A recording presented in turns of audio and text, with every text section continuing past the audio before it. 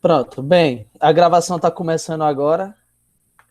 Vamos iniciar nosso debate do módulo 5 do nosso curso de extensão Necropolítica, Neoliberalismo e Necropolítica, Notas sobre a Contemporaneidade. Nesse módulo, a gente vai tratar do outro conceito central desse curso, que é o conceito de necropolítica. Usamos como texto base um ensaio Necropolítica, publicado pelo Achille Mbembe em 2003, e depois foi traduzido para vários outros idiomas posteriormente. Usei como base também uma espécie de cordel de uma coleção da editora N1. Aliás, a editora N1 foi a que publicou Necropolítica, um ensaio do Mbembe, e também uma espécie de livretinho, é porque eu estou sem ele aqui, mas é nesse estilo.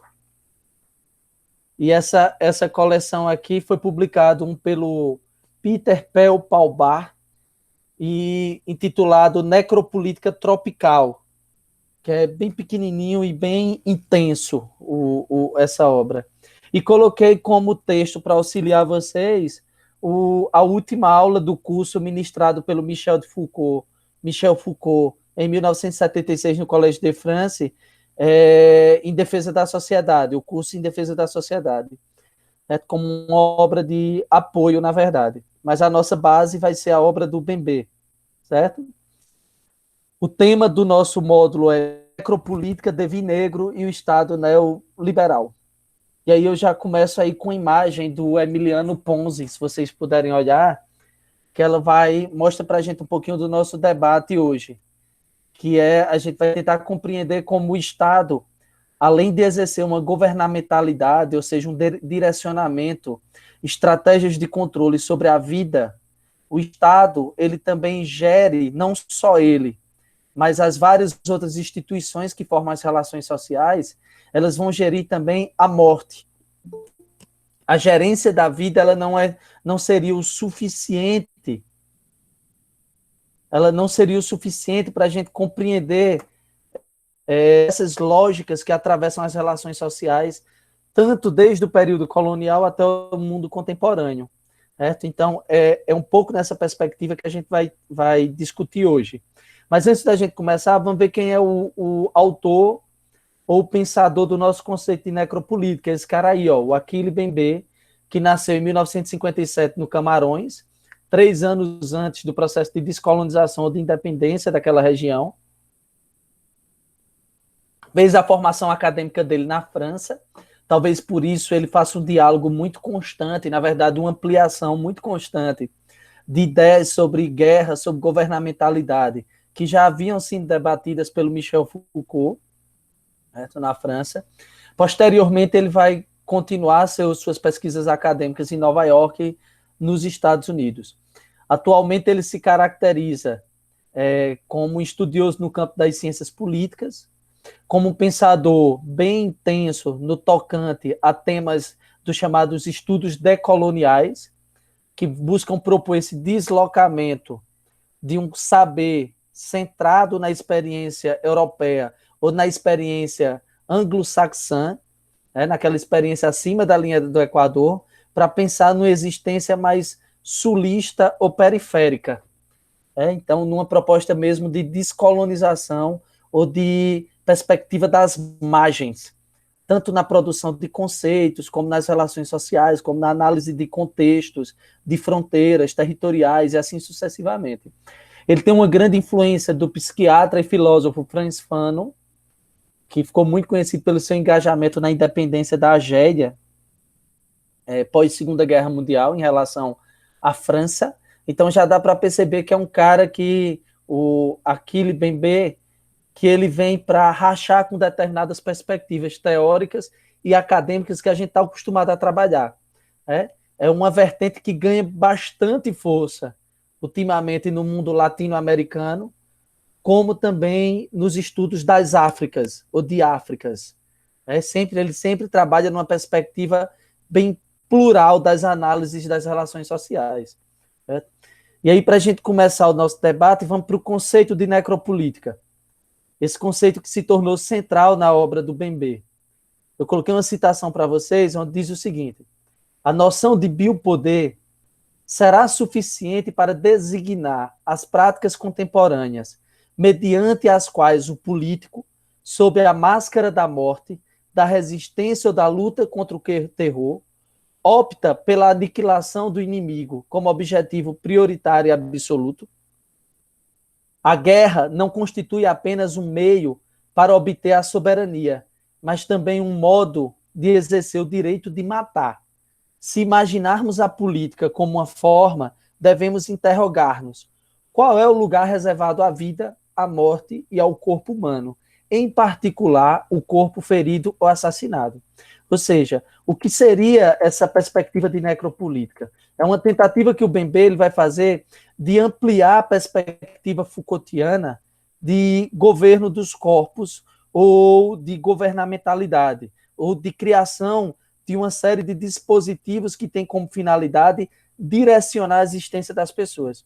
O que o Bembe ele vai fazer é ampliar essa perspectiva, onde ele vai propor de que, assim como se produziu desde a formação das sociedades modernas ocidentais, e no caso do Foucault, ele pensou muito as sociedades europeias. Segundo o Bembe, da mesma forma que se produziu tecnologias para o governo da vida das pessoas dentro da sociedade capitalista, também se produziu tecnologias para a promoção da morte ou de condições mortíferas para alguns indivíduos ou alguns grupos sociais. Ou seja, a gestão da sociedade, ela não está relacionada apenas à produtividade da vida, mas ela vai estar relacionada também à produção e o exercício da morte. Certo? Então, ele realiza essa ampliação. E ele vai fazer isso principalmente para realizar um deslocamento territorial nas suas análises. Porque mesmo bebendo muito da ideia do Michel Foucault, do controle e das práticas de gestão dos corpos, o Bembe ele vai trazer essa perspectiva das tecnologias de produção da morte para analisar a formação das sociedades, principalmente latino-americanas, africanas e asiáticas, ou seja, aquelas sociedades que vão estar à periferia do mundo, principalmente eurocentrado, ou do mundo anglo-saxão. Então, ele traz essa experiência da morte como uma outra possibilidade epistemológica da gente analisar a formação das sociedades durante a história. E para a gente entender um pouquinho melhor isso, vamos lembrar lá do que o Michel Foucault ele produziu algumas obras para a gente poder fazer o diálogo com o Bembe, tá certo? Então, olha só, tanto se vocês pegarem algumas obras do Michel Foucault, filósofo francês, lá que viveu até 1984, principalmente pós-Segunda Guerra Mundial, até 1984, vai ser grande parte da sua produção acadêmica. O Michel Foucault, em algumas obras, como História da Sexualidade, volume 1, principalmente o último capítulo dessa obra, que ele fala sobre o direito de matar. Em algumas outras obras, como principalmente o curso ministrado no Collège de France, em 1976, intitulado Em Defesa da Sociedade, o Michel Foucault ele vai fazer um debate constante sobre como o Estado e as várias instituições que formam a sociedade, e é importante lembrar que para Foucault, o poder ele não está centrado só no Estado, mas ele está diluído nas várias instituições, chegando inclusive ao ponto dele dizer que há mais poder nas instituições do que no Estado, e essas instituições, através de saberes, produzem relações de poder, relações sociais, e essas relações sociais, ao mesmo tempo, numa espécie de bumerangue, produz novos saberes. E a partir desses saberes e dessas relações de poder, as pessoas elas vão tendo sua vida direcionada. E na lógica Foucaultiana, existiram ou se constituíram três modelos principais de gestão ou de direcionamento da vida das pessoas nas sociedades ocidentais a partir do período moderno. Que aí está nesse triângulozinho que eu coloquei para vocês. Ó. A população no centro do triângulo, e em cada ponta você vai ter a gestão por soberania, a gestão por governamento e a gestão disciplinar. Né? A gestão por soberania seria aquela mais comum nas sociedades absolutistas do século XV e XVI na Europa, onde o Estado absolutista tinha o rei, o monarca, como um soberano. E como o poder de soberania, a sua fala, a sua palavra, a sua ação confundia-se com a própria lei, onde o soberano, o Estado, o governante, ele é a própria lei, a ponto dele ter o poder de decidir sobre a vida e a morte dos súditos, realizando a partir de punições, realizando a partir de eventos espetaculares de morte, ou realizando a partir de eventos de opulência e exposição de poder em público, a sua capacidade de controle dos corpos dentro de padrões legais ou dentro de normas. Certo? Então, o soberano ele tem esse poder de decidir quem vive ou quem morre. O poder de matar ele é um poder legítimo, porque ele é considerado um poder de manutenção da ordem, lá do Estado absolutista do século XV e XVI. Esse modelo de soberania ele vai passar a entrar em decadência, mas não sumir.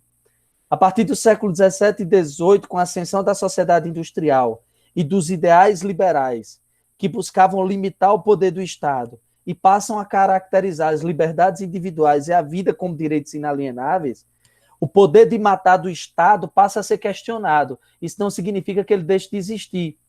E aí vai haver a ascensão do chamado poder disciplinar, onde vai se desenvolver estratégias a partir de saberes e instituições que vão levar os sujeitos a se autorregular. Ou seja, o poder disciplinar é aquele que leva os sujeitos a tomarem para si uma série de conhecimentos como verdadeiros e, a partir desses conhecimentos, gerir a própria vida. E aqueles que não são possíveis de serem disciplinados ou de se autorregularem, eles vão ser confinados ou excluídos da vida coletiva, nos manicômios, nos presídios e assim sucessivamente. Quando chega no século XIX, com a ascensão das teorias raciais e com a ascensão da biologia e da medicina como saberes capazes de tratar não só das doenças ou não só do funcionamento do meio ambiente, mas saberes que vão agora ditar normas e conhecimentos para o progresso da espécie humana, para a dita evolução, numa perspectiva bem evolucionista, bem darwinista, para a evolução da espécie humana, esses saberes eles vão trazer à tona uma outra necessidade de governo, que é quando vai vir à tona a população como uma preocupação. Então, se a disciplina se preocupava com o corpo de cada indivíduo que fosse capaz de se autorregular, o governamento, a sociedade de segurança, ela vai se preocupar agora com o caráter de manutenção da saúde ou potencialização biológica da espécie e da população. Para isso, a demografia, minha gente, passou a ser considerada, nessa perspectiva, um saber de análise, onde várias autoridades de saber, várias figuras que ocupam lugar de autoridade no poder de decidir, tanto nas instituições como no Estado, vão passar a ler os dados demográficos como taxa de natalidade, taxa de mortalidade, fluxo migratório, densidade demográfica, e a partir desses dados eles vão traçar perfis da população e criar estratégias de gestão dessa população, tanto para controlar a ocorrência de epidemias e de doenças, como para controlar também endemias, a fim sempre de maximizar a capacidade de produção da população e mantê-la sob controle. Então, além da disciplina, além da soberania, passa a existir agora a preocupação biológica sobre os corpos. Isso vai ser acompanhado do surgimento de uma racialização dos corpos, porque o que é que vai acontecer? A partir do momento que se passa a entender a população como um evento biológico, passa-se a traçar perfis físicos e de saúde dos indivíduos. E aí começa a ascender uma perspectiva evolucionista acompanhada do desenvolvimento de uma espécie de racismo científico. E aí o que seria o racismo, que Foucault deixa bem claro lá na última aula do Em Defesa da Sociedade? O racismo ele vai ascender a partir do século XIX como um instrumento para classificar os grupos sociais de acordo com características físicas, de acordo com modo de vida, de acordo com seus elementos culturais, e vai classificar não para apontar as diferenças, mas vai classificar para hierarquizar.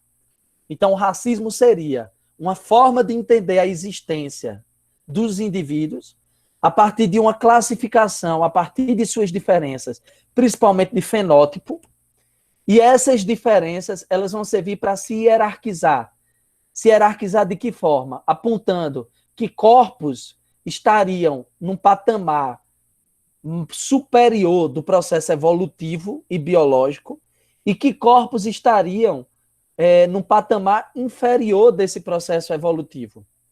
Então, se classifica para definir os saudáveis e os doentes, os mais evoluídos e os mais primitivos, os mais fortes e os mais fracos, os heteronormativos e os dissidentes, ou seja, se passa a classificar com o fim de fazer com que, no imaginário coletivo, se constituam algumas existências como mais importantes do que outras, como se alguns corpos eles pesassem mais do que outros. Certo? E lá no século XIX, onde a gente vai ter uma série de sociedades que estão deixando de ser colônias, como vai acontecer com o mundo latino-americano no seu processo de independência, que ocorre aqui no Brasil, na América Espanhola, na América Francesa e na América Inglesa, né? No Brasil, nas repúblicas que vão surgir da América Espanhola, Argentina, Venezuela, Peru, Bolívia, ou até lá nos Estados Unidos da América, na América do Norte, no momento também onde a sociedade industrial do século XIX, em plena expansão de acúmulo de capital, vai buscar matéria-prima e mercado consumidor, colonizando territórios na África e na Ásia, essa perspectiva racializada, ela vai funcionar como uma espécie de justificativa para a submissão de um povo ou outro, para uma cisão entre dentro da espécie humana, onde alguns indivíduos vão estar sujeitos à dominação, sujeitos à exploração, à expropriação de riqueza, à deformação dos seus corpos, ou até a aniquilação e o extermínio de seus grupos e sua existência. O racismo vai servir agora, na lógica Foucaultiana, como o instrumento de aceitabilidade do direito de matar nas sociedades liberais e industriais. Então, se conteve o poder dos reis europeus de ter o direito de vida ou morte sobre os súditos, essas novas sociedades liberais, elas vão continuar matando. E qual é o grande instrumento deles de morte? A definição e a classificação de existências como mais ou menos importantes. Então, o racismo ele vai terminar se constituindo como o grande instrumento central do exercício de poder de matar.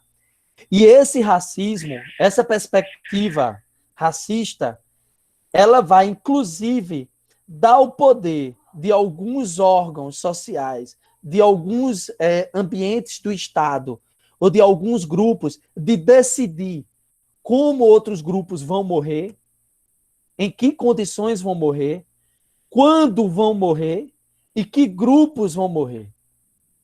E essa morte ela vai ser justificada por quê? Porque essas existências consideradas menos importantes, elas não vão causar na população o luto. Ou seja, a incapacidade coletiva de sentir luto sobre algumas mortes vai ser fundamental para que o Estado ele possa continuar descartando algumas existências ou mantendo alguns grupos sob controles para manter essa relação desigual e de exploração das sociedades ocidentais. Então, que vidas merecem ser choradas e que vidas não merecem ser choradas? O racismo vai dar esse grande instrumento para as sociedades ocidentais continuarem matando, sitiando, expropriando e explorando alguns corpos e algumas existências. E é bem essa perspectiva do poder de matar que o Bembe vai tratar. Se o Foucault tratava muito de como o poder torna os corpos produtivos, O Bembe ele vai tratar agora como algumas existências elas vão ser mortas dentro dessa lógica de sociedade que se forma no Ocidente. E isso vai ter vários contextos e vários exemplos. E a gente vai tratar disso já já. Coloquei para vocês aí uma citação, onde se diz o seguinte: o exercício do governo no Ocidente, a partir do século XVI, não dizia respeito apenas às estruturas políticas e à gestão dos estados, mas se constituía como uma maneira de dirigir os indivíduos ou grupos, como o governo das crianças, das famílias, das comunidades, dos doentes, entre outros. Governar, portanto, seria estruturar o eventual campo de ação dos outros.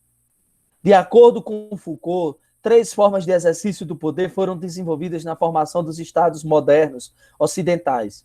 O poder de soberania, que é o poder de decidir sobre quem vive ou quem morre, o poder disciplinar e o poder de biopolítica, que é aquele onde o Estado ele passa a fazer alguns viver e deixar outros morrer, mas continua exercendo o poder de soberania como poder de morte, justificado pela mentalidade coletiva produzida pelo racismo.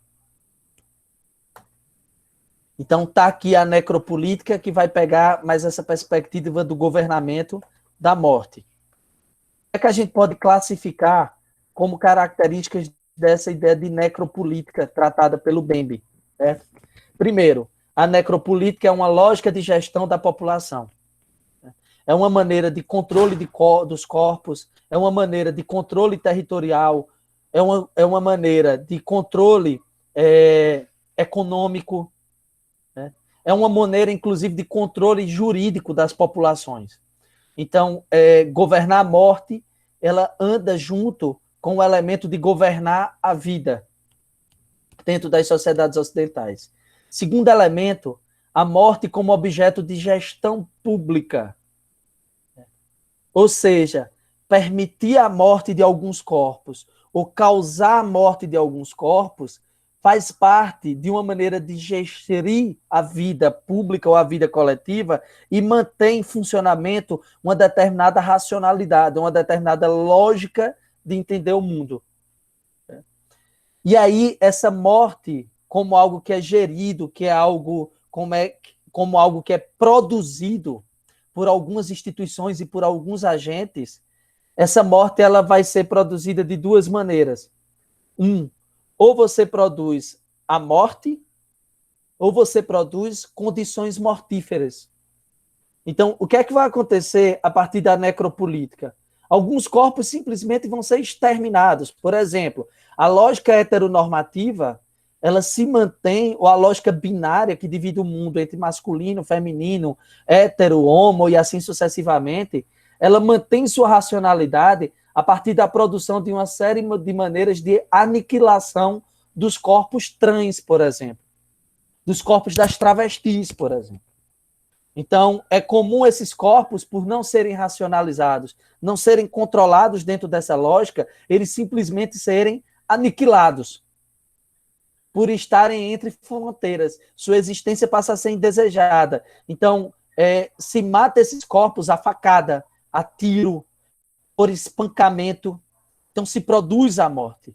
Mas também se produz condições mortíferas, porque as tecnologias de transformação corporal faz com que uma série de tecnologias faça com que alguns corpos trans eles morram socialmente em vida, como a exclusão do mercado de trabalho, as condições de vulnerabilidade no trabalho ou na rua, a ausência de comida, a ausência de acesso às instituições educacionais, um grande índice de evasão escolar pela violência sofrida no ambiente escolar. Ou seja, você vai limitando esses corpos a condições limítrofes, a condições mínimas, onde a vida e a morte se confundem. Se a vida e a morte se confundem, a qualquer momento esses corpos eles podem ser apagados ou aniquilados, porque eles já foram classificados dentro de uma perspectiva racista. Então, a necropolítica, a gestão da morte numa sociedade, ela tanto produz a morte, como ela produz condições mortíferas, coloca alguns corpos em condição de vulnerabilidade. Um outro elemento desse conceito de necropolítica que o Bembe destaca é de que essa produção da morte de condições mortíferas está ligada a uma grande racialização dos corpos a partir de 3 dimensões ou mais, inclusive. Mas ele destaca 3, que é a dimensão da classe, da raça e do gênero. Né? Ou seja, a classificação dos corpos dentro dos padrões de gênero é uma forma de produzir condições mortíferas ou de produzir a morte. Não é à toa que os corpos femininos, eles são aqueles que são mais mortos ou mais submetidos a condições mortíferas. É só vocês lembrarem que nesse momento, por exemplo, de pandemia, os índices de violência contra a mulher aumentaram enormemente. É só lembrar de que quase 70% das pessoas que vivem abaixo da linha da pobreza no mundo hoje, segundo a Organização das Nações Unidas, são mulheres. É lembrar de que os corpos que fogem das sexualidades heteronormativas, que são mais violentados, são aqueles que, além de fugir da heteronormatividade, apresentam performances de gênero feminina.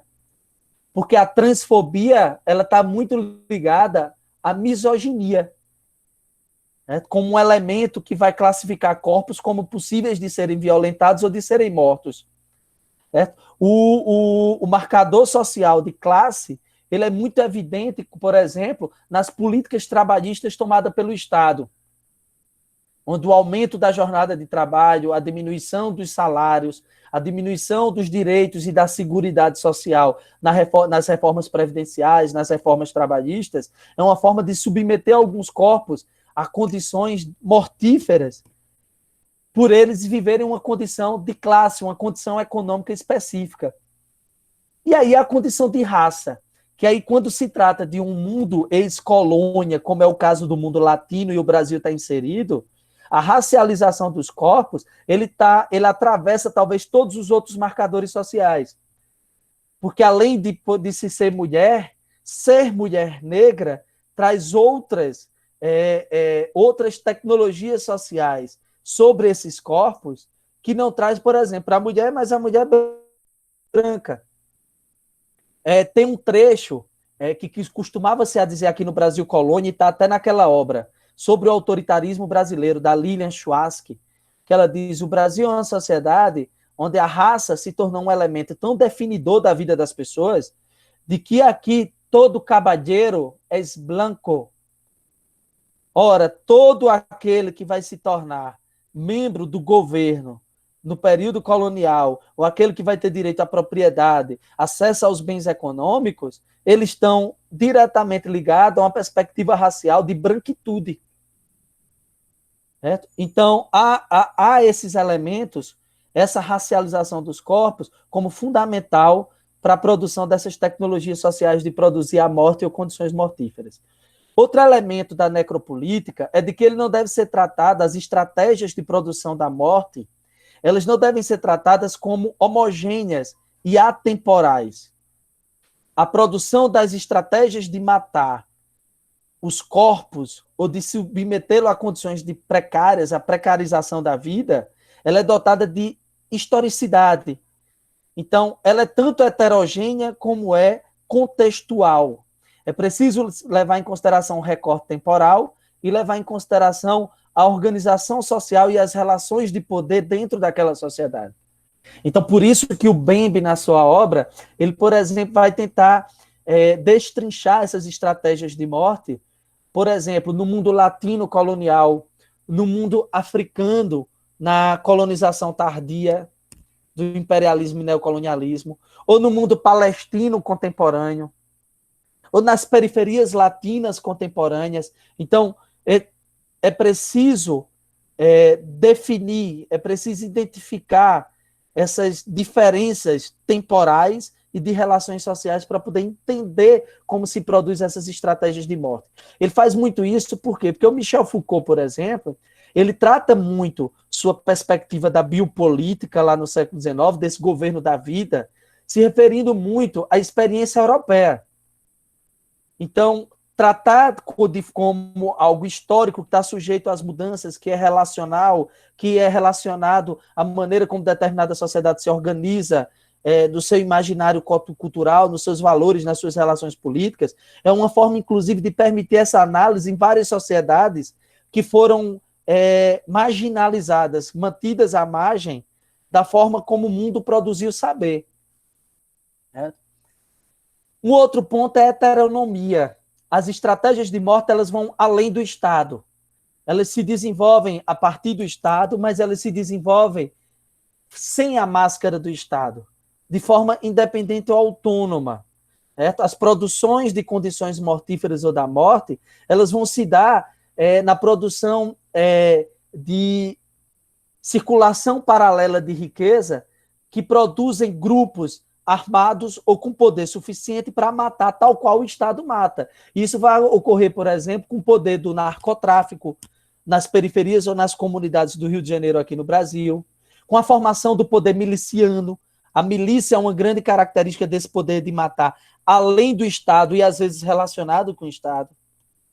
Certo? O poder de matar nas produções de segregação ou de violência dos corpos femininos dentro de casa, por maridos, por irmãos, por primos, por tios, por pais, e assim sucessivamente. Então, ele é heterônomo. Existe uma grande miríade, com um grande potencial produtivo de se criar novas formas de matar os corpos considerados mais vulneráveis ou mais precários socialmente. Uma outra coisa importante, de que a necropolítica e essas tecnologias de morte, elas vão submeter alguns grupos sociais, estrategicamente, a condições tão precárias, a condições tão limítrofes, a condições tão mínimas, que vai fazer com que essas pessoas elas se ponham diante da vida com uma subjetividade passiva. Então, fazer com que alguns corpos se fragilizem e de que algumas existências se tornem precárias é uma grande estratégia de interdição de revoltas. Inclusive, o que diferenciava, se você pegar a obra dos Mil Platões, a série Mil Platões, do Gilles Deleuze e do Félix Guattari, vocês vão lembrar de que a ideia de minoria e maioria dentro de uma sociedade, ela não é constituída numericamente, mas ela é constituída pelo poder de fazer com que seu interesse sobressaia. Então, você vê, por exemplo, mesmo a maioria da população brasileira, numericamente sendo negra, mestiça, periférica, vive em condições precárias, essa população é tomada por uma subjetividade passiva, que está diretamente relacionada à precariedade da sua vida e às possibilidades da morte e de sofrimento e de ser passível de violência por parte de várias instituições, dentro ou fora do Estado. Depois de fazer esse traçado do Achille Mbembe sobre o conceito de necropolítica, e eu prometo que hoje eu vou ser mais breve do que as aulas anteriores, lá no ensaio que eu separei para vocês nesse módulo, o Mbembe destaca alguns momentos históricos para demonstrar a historicidade da necropolítica, desse poder ou dessa política da morte. Só que antes, é importante lembrar, e aí eu vou pedir para vocês se deslocarem para uma das obras que eu indiquei, que é a Necropolítica Tropical. O Mbembe, ele propõe, e aí o Peter Paul-Pelbar, na Necropolítica Tropical, ele chama atenção para isso, a necessidade de se realizar uma descolonização ou um deslocamento, tanto histórico como territorial, para poder não apenas importar experiências do mundo acima da linha do Equador para explicar as relações sociais no mundo colonial. Então, o que é que o Mbembe ele propõe? Um deslocamento temporal para identificar o mundo colonial como a grande experiência histórica da produção, da gestão da morte. Como a grande experiência biopolítica que a gente teve historicamente. Inclusive, eu coloquei uma citação para vocês que eu acho arretadíssima. Se vocês pudessem ler comigo, que aí o Pelbar diz assim: não terá sido esta a mais chocante dimensão do Holocausto, a saber que aquilo que antes era perfeitamente aceitável em relação aos negros, subitamente foi aplicado também aos brancos em solo europeu. No outro contexto,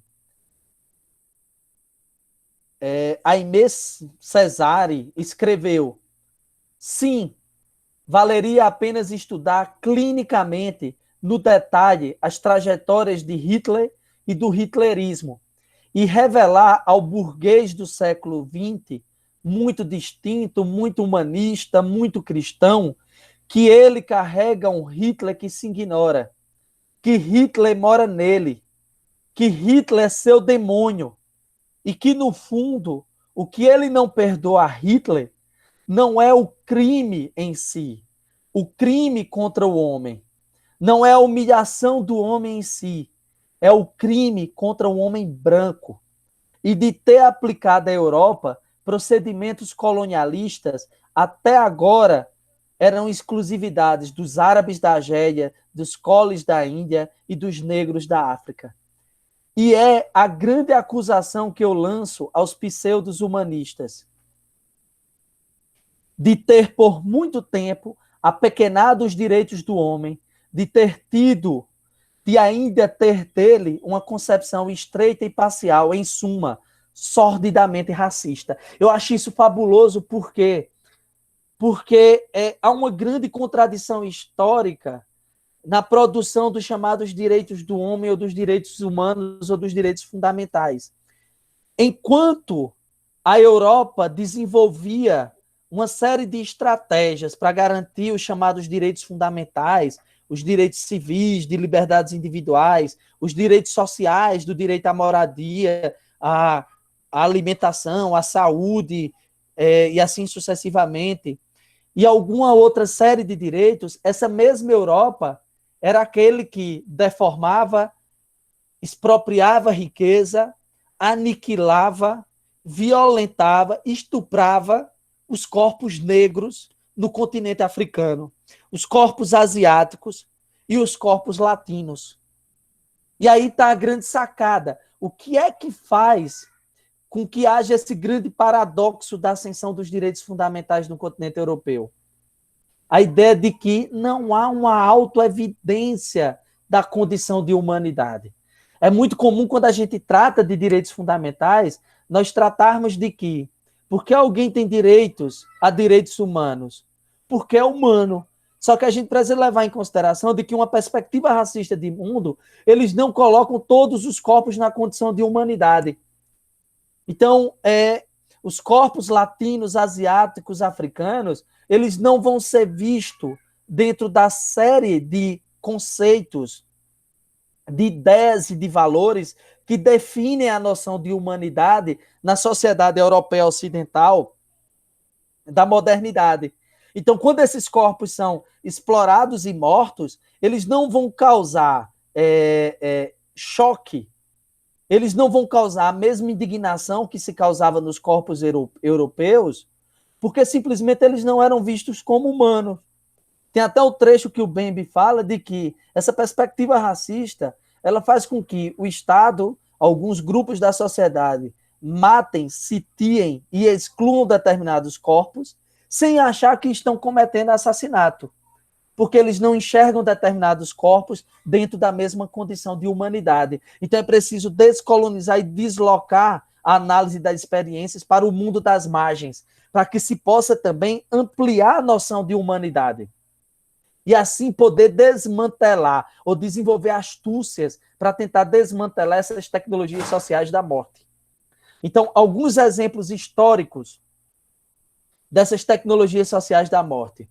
O primeiro que está tratado lá no ensaio, o Bembe, ele retorna para o mundo latino-americano entre o século XVI e XIX, que vai ser um mundo que é apropriado pela experiência capitalista desse período, na exploração de seus territórios, na busca inicialmente de ouro, prata, matéria-prima, madeira, e posteriormente na busca de mercado consumidor, mão de obra e exploração de recursos naturais, como látex, como madeira, como tinta, como cana-de-açúcar, para que essas riquezas produzidas sustentem o funcionamento do capitalismo, inicialmente manufatureiro, lá no século XVI e XVII na Europa, e posteriormente industrial.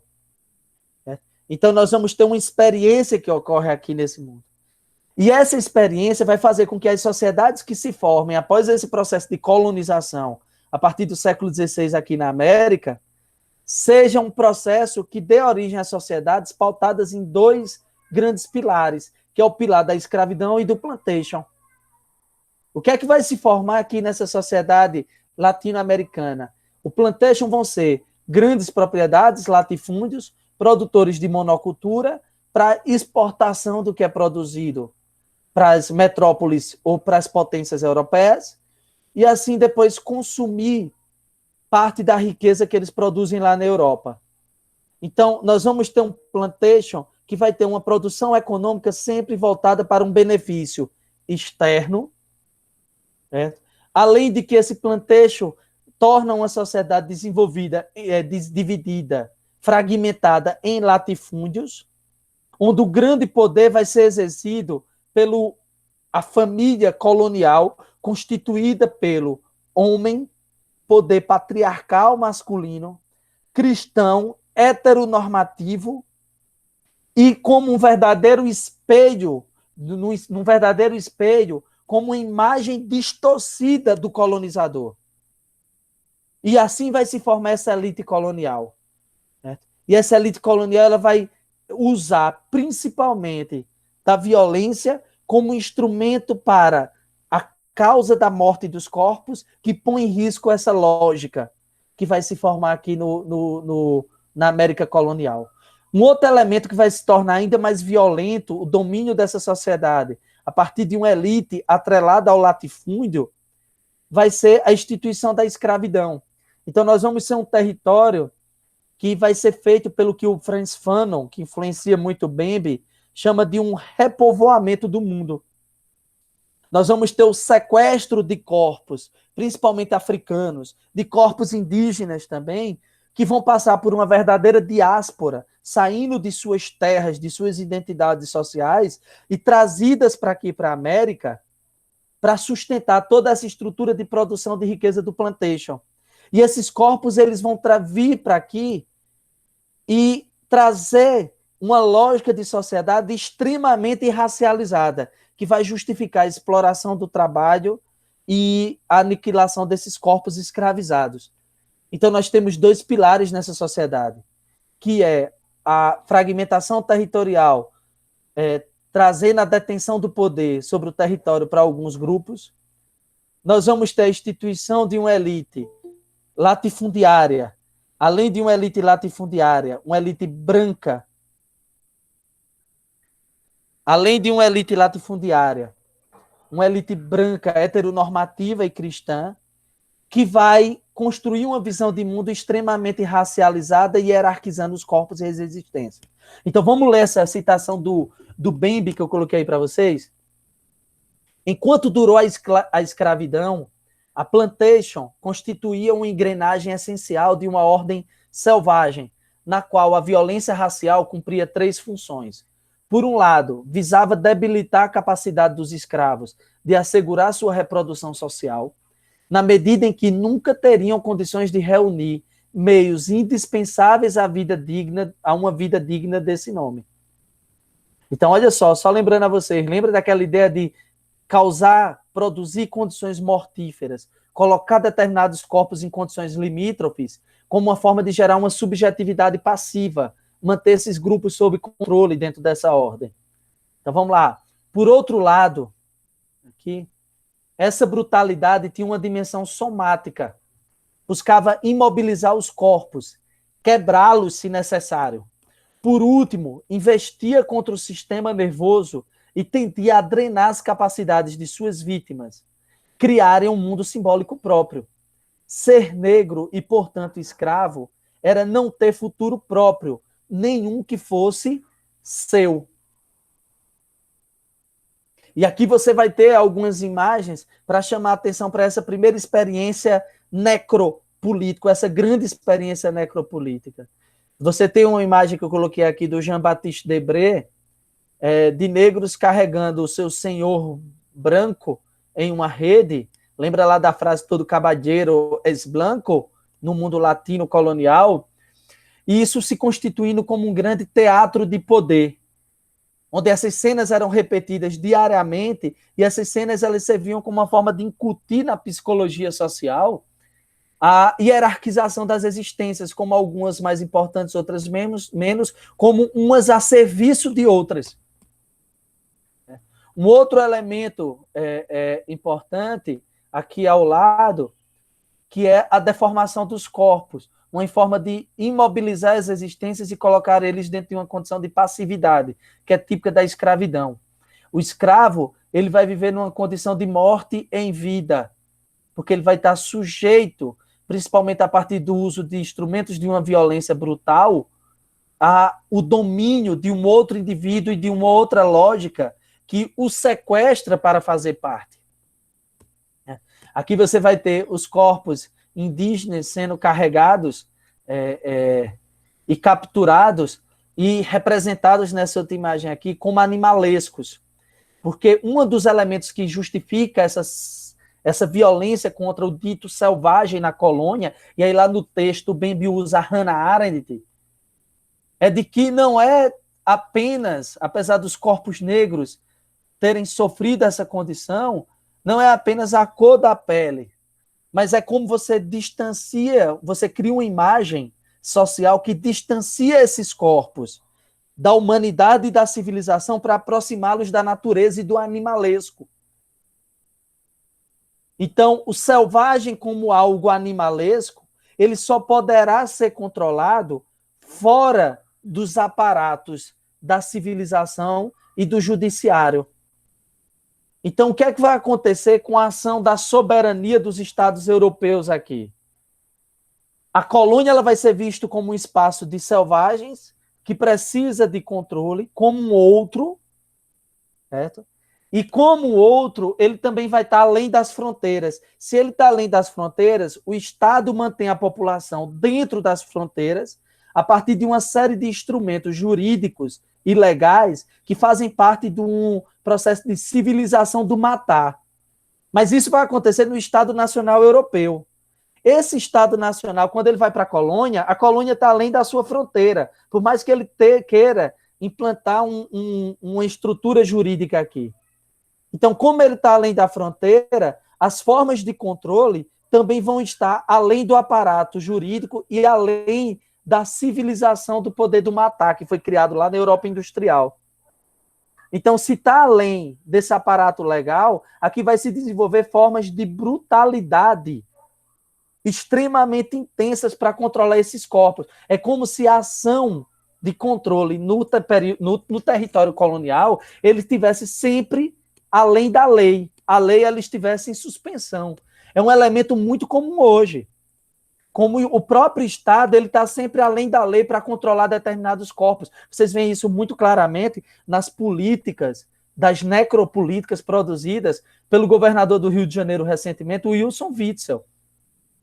De helicópteros atirando lá de cima e matando seja quem for. O próprio Estado está suspenso da lei. Por quê? Ele entende que para controlar aquela população, ele precisa não usar de elementos civilizatórios, porque aquela população se aproxima da natureza. E como a natureza ela vai ser controlada de uma ou outra maneira pelo uso da violência. E isso vai criar, inclusive, a ideia de que o controle ele vai acontecer não numa guerra tradicional. Porque os Estados nacionais europeus eles vão conceber a guerra como uma luta entre dois exércitos oficiais. Aqui na colônia, a guerra não vai ser contra um Estado e contra um exército, mas contra existências. Consequentemente, para combater as existências não aceitáveis, o que é que vai acontecer? O Estado europeu ele vai exercer aqui uma guerra sem fim, uma guerra total. Se vocês pegarem uma fala eu acho que é Ayrton Krenak, que tem alguns textos belíssimos, ele fala de que, por exemplo, a guerra contra o indígena, contra os povos indígenas, até hoje segue essa lógica da guerra total. da guerra contínua, da guerra sem fim. Quando é que ela vai acabar? Quando a última existência indígena sumir.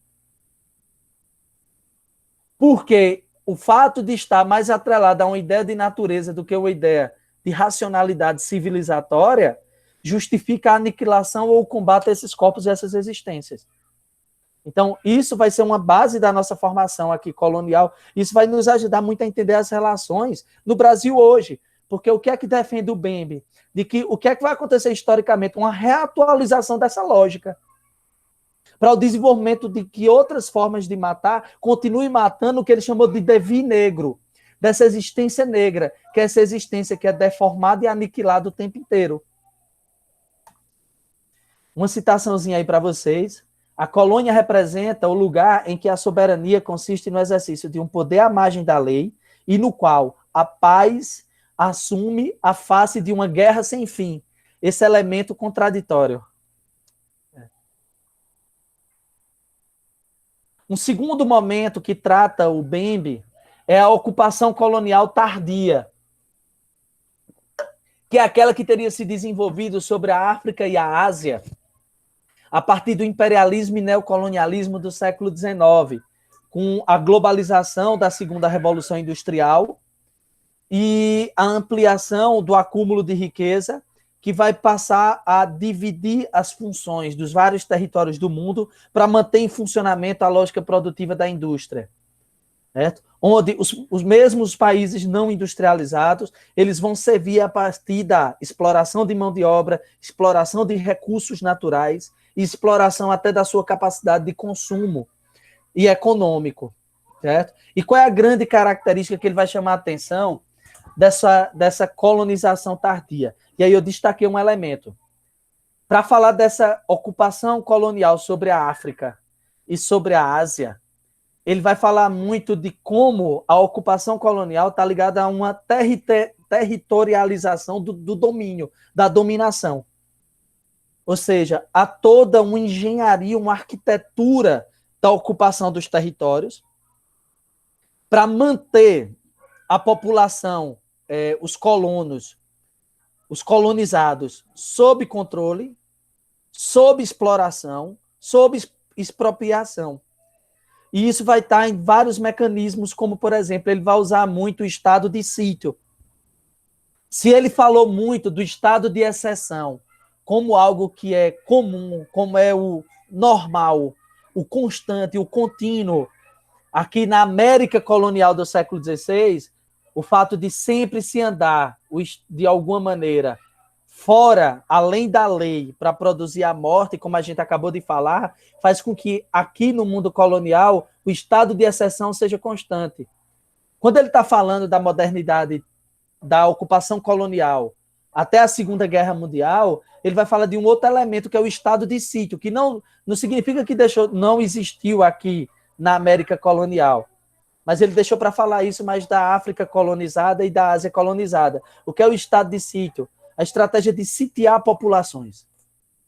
Sitiar populações, fazer com que o espaço da colônia seja fragmentado em vários territórios, como uma forma de dividir, dividindo, se diminui a capacidade de organização colonial e se diminui a potência de revoltas, e além dessa divisão, se torna mais fácil a possibilidade de desenvolver estratégias de matar ou de fazer morrer. Então, a ocupação colonial em si era uma questão de apreensão, demarcação do controle físico e geográfico. Então, o que é que eles vão fazer lá na África e na Ásia durante o século XIX e primeira metade do século XX? Primeiro, produção de fronteiras, zonas e enclaves. Então, a construção de muros, se colocar bases policiais e armas nas fronteiras entre comunidades, para não misturar uma comunidade com outra, para controlar o fluxo de pessoas. Se vocês quiserem entender isso melhor, é só pensar a geografia do Rio de Janeiro.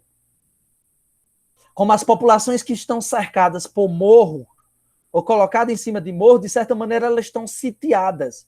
o que facilita o controle e o desenvolvimento de estratégias de disciplinamento, de controle da vida dessas pessoas, ou até da promoção da morte dessas pessoas pelo Estado ou por outros entes como as milícias. Não é à toa que controlar o espaço é uma maneira tanto de disciplinar, como uma maneira necropolítica, como biopolítica. Se você lembrar do Rio de Janeiro, em cada entrada das comunidades para subir os morros, você vai encontrar unidades pacificadoras, como eram chamadas hoje, mas unidades da polícia do Rio de Janeiro com fuzis e helicópteros sobrevoando.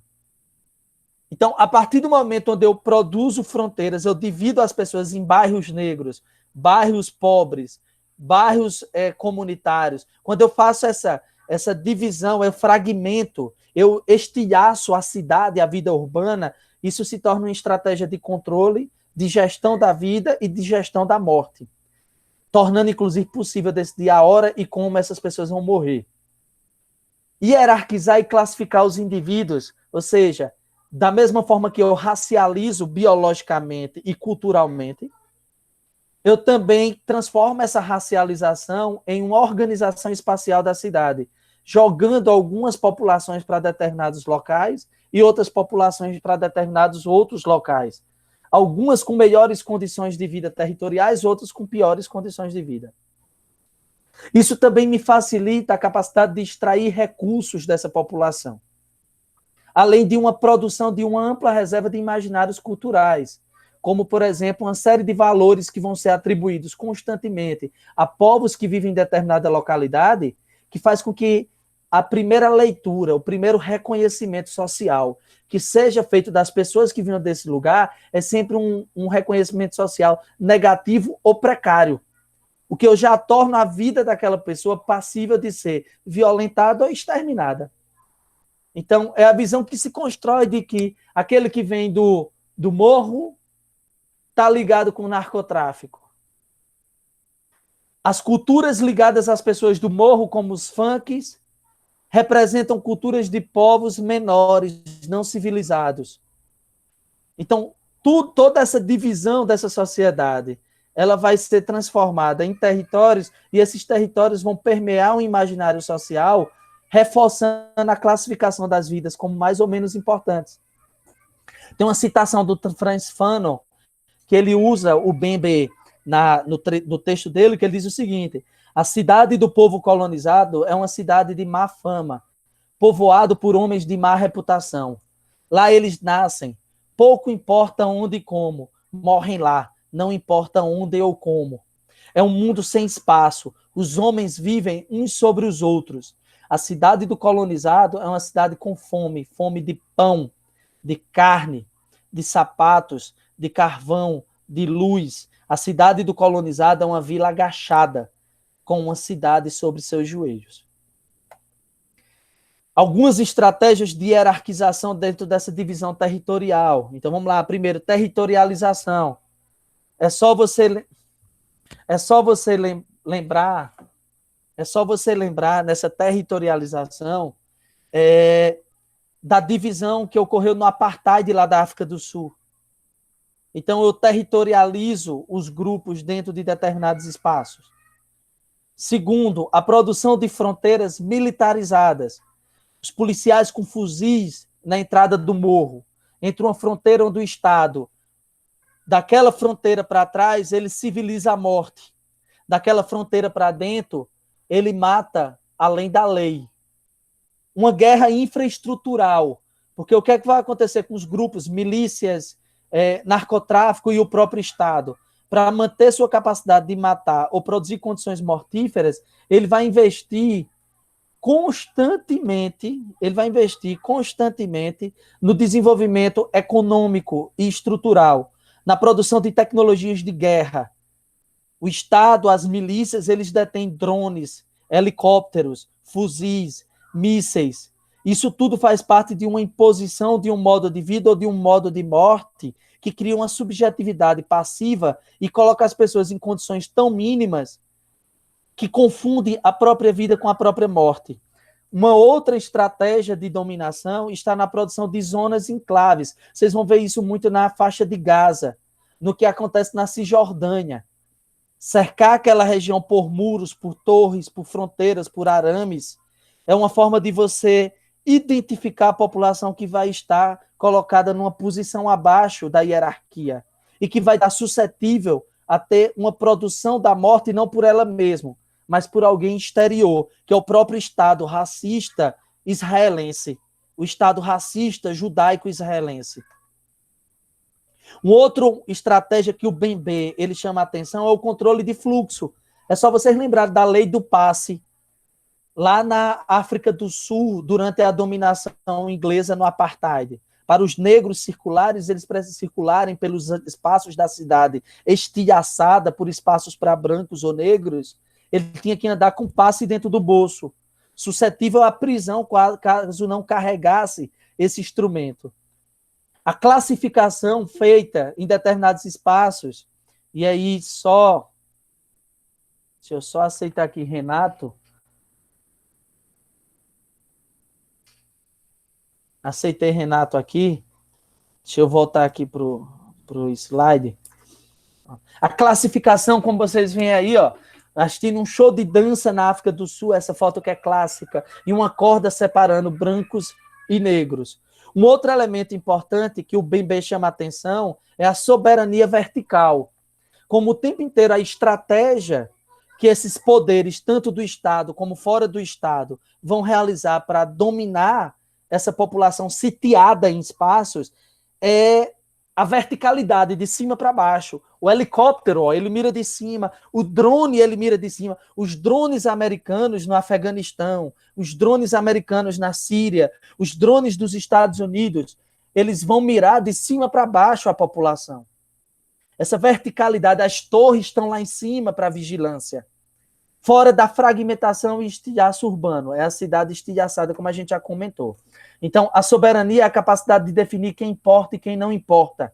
Quem é descartável e quem não é. Chegamos na guerra de globalização, que é o nosso último ponto. Só temos esses 2 slides.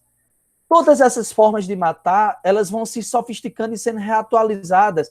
E no modelo global, elas se tornam cada vez menos identificáveis e menos territoriais.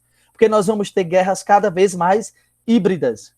Certo? Inclusive o Bembe, ele fala de que a guerra da era da globalização, que é a nossa, ela funciona a partir de máquinas de guerra, de maneira extremamente heterônoma, certo? Onde segmentos de homens armados que se dividem ou se mesclam, dependendo das tarefas ou circunstâncias. A reorganização de milícias, a reorganização de guerras no mundo virtual, certo? A organização do crime organizado a partir do narcotráfico.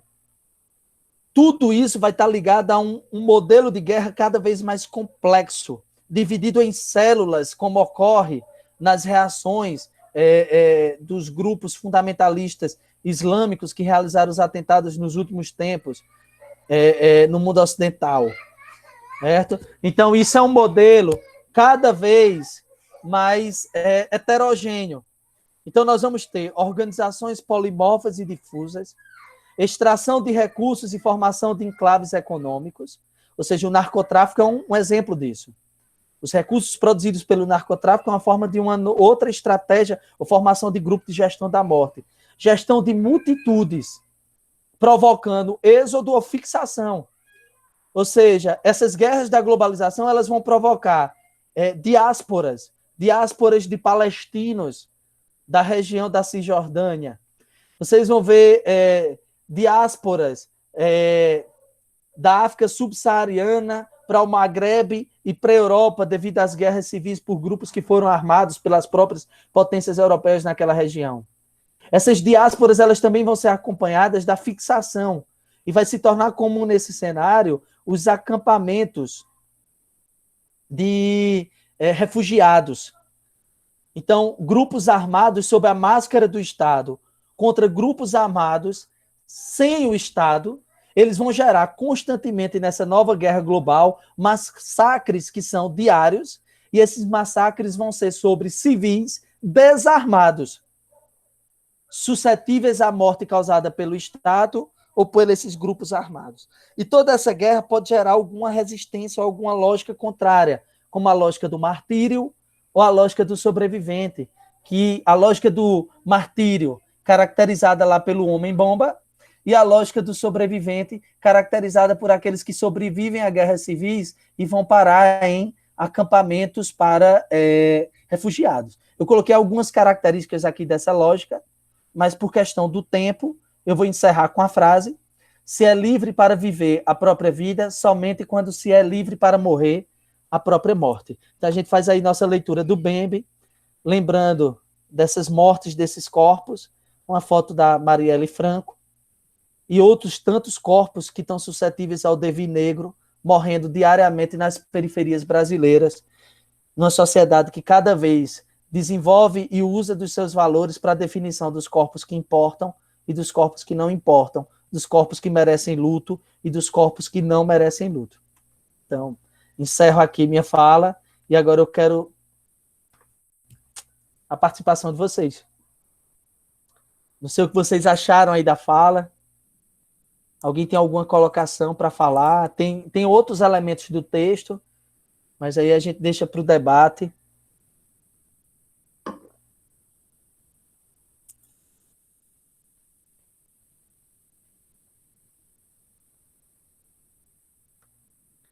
Maxwell, eu vou sim postar o slide.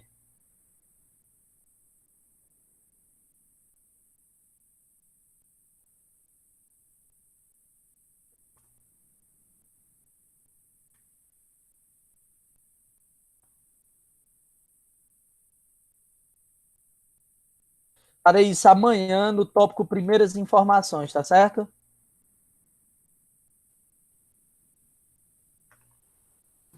Beleza? Certo. Alguém quer fazer alguma colocação que achou aí do texto? O que acha aí da ideia do Bembe? Uma das grandes. Rapaz, Fica à vontade, Maxwell, fica à vontade. eu gostei muito desse link que tu fez, que fica implícito entre o texto do BMB e o debate da Judith Butler sobre esse corpo que importa, a vida que não é chorada, que não tá no texto do BMB. Assim, Uhum. apesar dos dois, os dois estão bebendo no Foucault e indo para caminhos diferentes, e tu fez um link muito massa, que assim, fiquei revendo na minha cabeça o que eu tinha entendido do texto do BMB. Inclusive, Max, eu posso fazer até uma indicação, cara. Eu não sei se você já leu, mas eu conheço o livro Quadros de Guerra, da Judith Butler, que nessa obra ela discute muito intensamente, pegando como exemplo, quando começaram a ser divulgadas as cenas de tortura cometidas por soldados estadunidenses contra árabes na prisão de Guantánamo.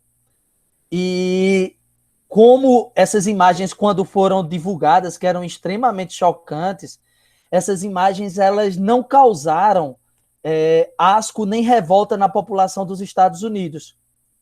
E aí ela começa a trabalhar com o conceito de reconhecimento social ou de interpelação, como aqueles corpos, por eles serem árabes, por eles serem apresentados como árabes, movia com uma série de recursos, movia com uma série de recursos culturais ou normativos na cabeça ou na vida dos cidadãos estadunidenses, que fazia com que eles não reconhecessem aqueles corpos como humanos, mas apenas como instrumentos de violência e possíveis de serem mortos.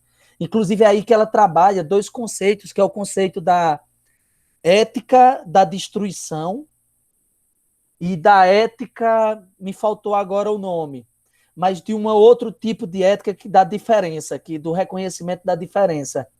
Então, ela mostra como é possível criar discursos lógicos com determinada racionalidade para justificar o extermínio e a aniquilação de alguns corpos. E eu acho que isso casa muito com as teorias do Bembe. É um livro que vale muito a pena, esse Quadros de Guerra da Judith Butler. Eu vi que Renato, mais alguém quer fazer alguma colocação? Eu vi que Estão deixando links. Renato colocou, Ciro, a necropolítica estaria vinculada também a deixar morrer? Sim, Renato. O Bembe, ele chama a atenção de que essa gestão da morte ela pode acontecer de duas formas. Tanto na produção da morte, do matar, mirar o fuzil e atirar na cabeça da criança lá da comunidade, como também na produção de condições mortíferas, que é precarizar a vida das pessoas dentro da lógica do deixar morrer. Tirar a proteção do Estado, tirar a seguridade social, colocar em zonas urbanas sem saneamento, com a falta de alimentação, a falta de alimento, onde tudo isso, colocar a pessoa numa condição onde morte e vida se confundem, mas isso estrategicamente mantém esses grupos sob controle, porque isso termina se transformando numa interdição às revoltas, pela condição extremamente precária desses grupos. Então, deixar morrer faz parte dessa gestão da morte, sim. Beleza? Responde tua pergunta, Renato.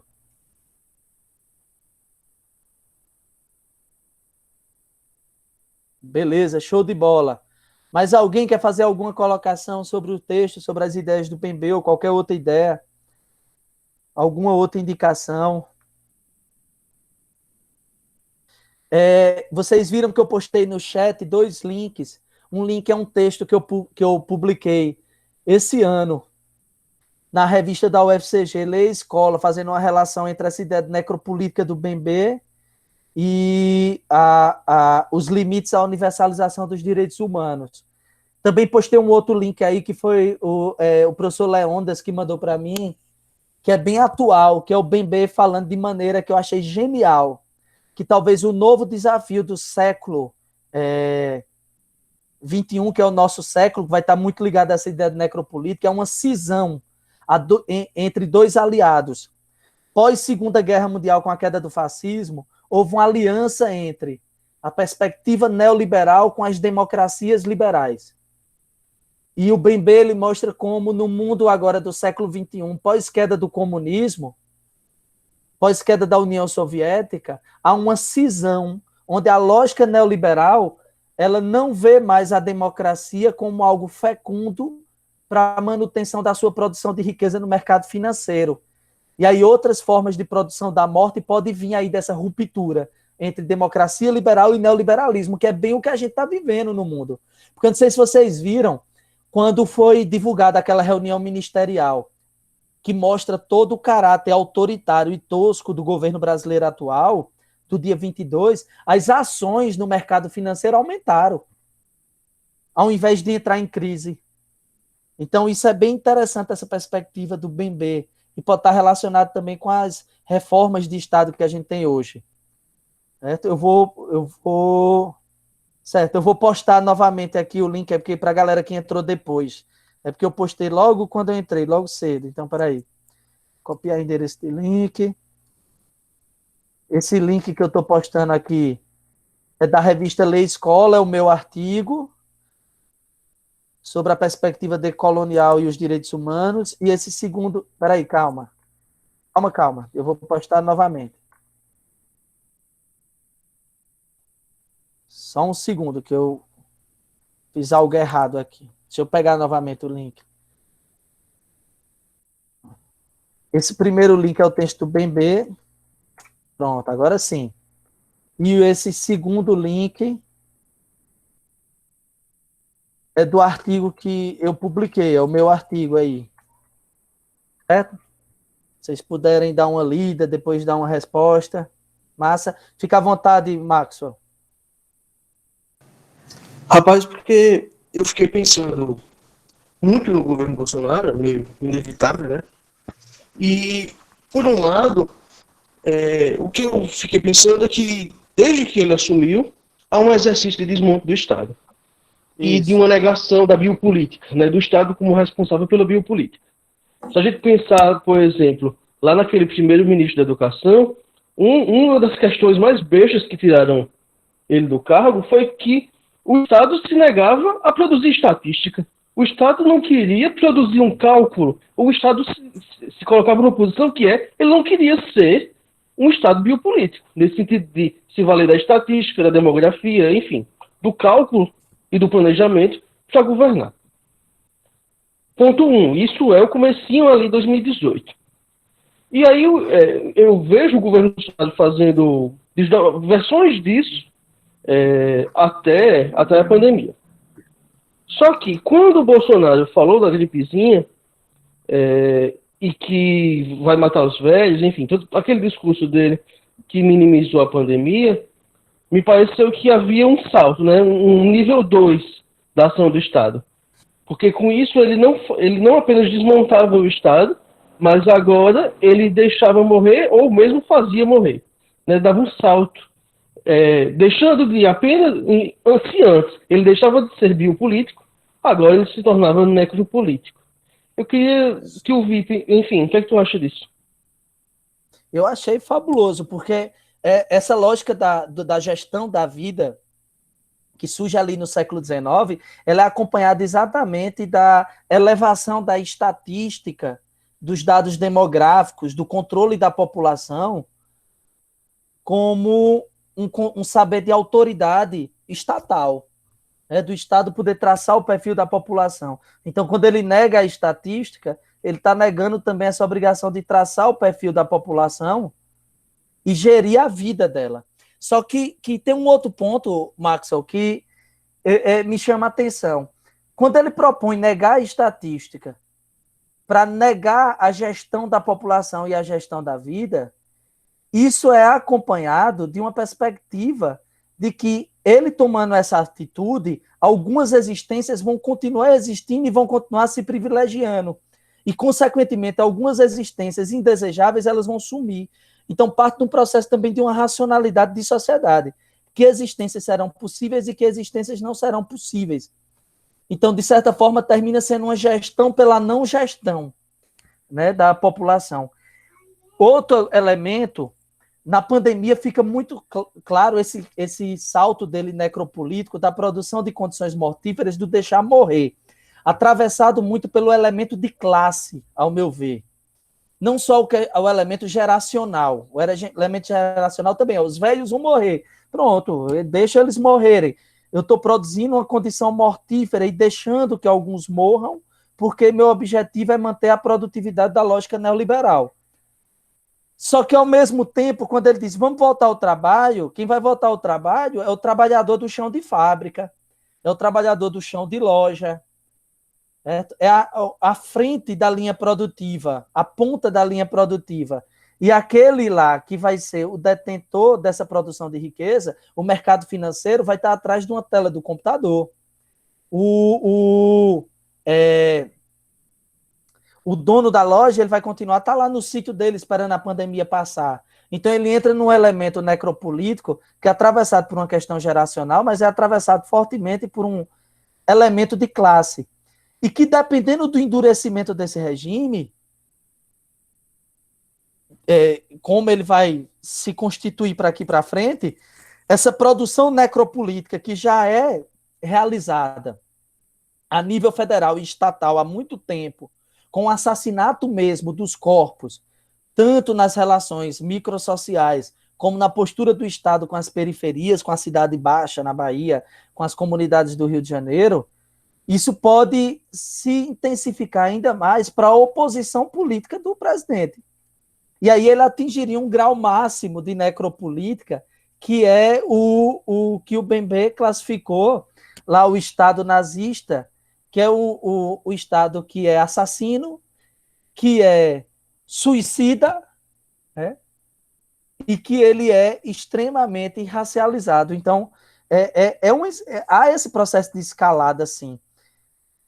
Porém, ao meu ver, todas essas estratégias elas são reatualizações de uma lógica social que a gente constitui desde o período colonial, mas eu achei bem arretado, como há uma negação da biopolítica, do fazer viver, porque eu sei que essa negação eu vou deixar morrer, né? Ao mesmo tempo que ele passa a matar alguns corpos. Arretado. Mas alguém tem alguma coisa? Quer fazer uma tréplica, Maxwell? Eu quero só acrescentar uma coisa, é que o Safatli, eu acho que o último texto que ele escreveu, também pela N1, ele está falando meio que isso, que o gesto do Bolsonaro é suicidário. Ele está fazendo equivalente ao Hitler, quando ele percebe que o plano de governo dele não enfrentou o desafio, um grande desafio, porque ele ia ser obrigado a ser Estado com a pandemia, ele fez equivalente ao Hitler. Então que pereça a Alemanha inteira, né? Então toca fogo em tudo. Toca fogo em tudo. E aí o Safado está fazendo essa análise, eu acho que é um texto que cola bem nesse debate da gente. E o resto, estou bem contemplado pela tua fala. Tá muito massa, rapaz. Valeu, Max. Depois manda o link pra gente desse texto, porque essa ideia do Estado suicida arretado, pra gente pensar como é que vai ser produzida as estratégias de necropolítica agora, já que ele entrou nesse novo estágio, né? Quando ele foi desafiado a ser Estado. Então, minha gente, eu acho que é isso. Espero que vocês tenham gostado de hoje do debate. É extremamente instigante, extremamente fecundo esse conceito de necropolítica, para a gente produzir conhecimento em várias áreas. Certo? Então, espera que alguém... Maria Luísa trouxe uma questão. Se eu soubesse questão...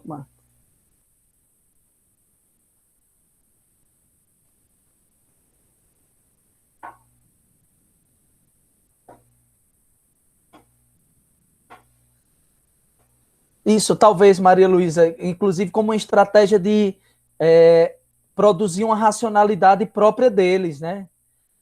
Fazer com que a racionalidade, a forma deles enxergarem as existências, elas prevaleçam, né? E aí possa prevalecer a estratégia necropolítica delas, né? Agora é bom lembrar que o conceito de biopolítica do Foucault, ele diz de que essa biopolítica, essa gestão da vida, ela sempre esteve acompanhada de um fazer viver e um deixar morrer. Porque ela vai estar inerente a uma perspectiva racializada da Europa desde sempre, viu? Então não é só fazer viver. Mas os corpos que não podem ser disciplinados, eles vão ser deixados morrer. Também nessa experiência biopolítica europeia. Então valeu, meu povo. Cheiro para vocês, bem grande. A gente se encontra na semana que vem no nosso último módulo, que é um texto também muito instigante. Massa? Cheiro para vocês, espero que tenham gostado.